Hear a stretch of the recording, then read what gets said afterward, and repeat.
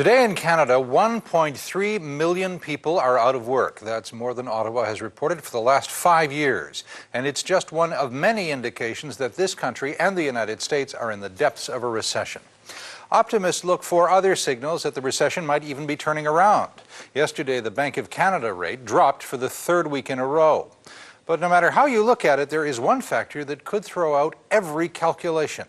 The cost of the war is almost impossible to predict.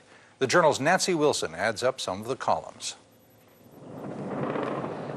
Wars cost money. And on a day-to-day basis, this one will likely be the most expensive in history.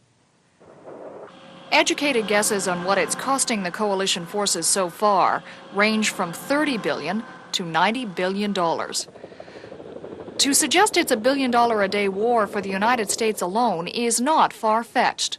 This is a fighting force equipped with high-tech, high-priced weapons. Here's part of the inventory. These are American fighter jets, worth $25 million each. There are about 800 of them in the Gulf. Helicopters, including the laser-equipped high-speed Apache and the Cobra, up to $11.7 million apiece. There are about 2,000 tanks, each costing at least $3 million. And when the missiles soar, so do the costs. Every time a Patriot interceptor missile is fired, add $1 million. About 300 Tomahawk cruise missiles have been launched since the war began, each costing over $1 million. It's not yet a crippling investment for the United States. Many of the weapons were part of the Cold War stockpile.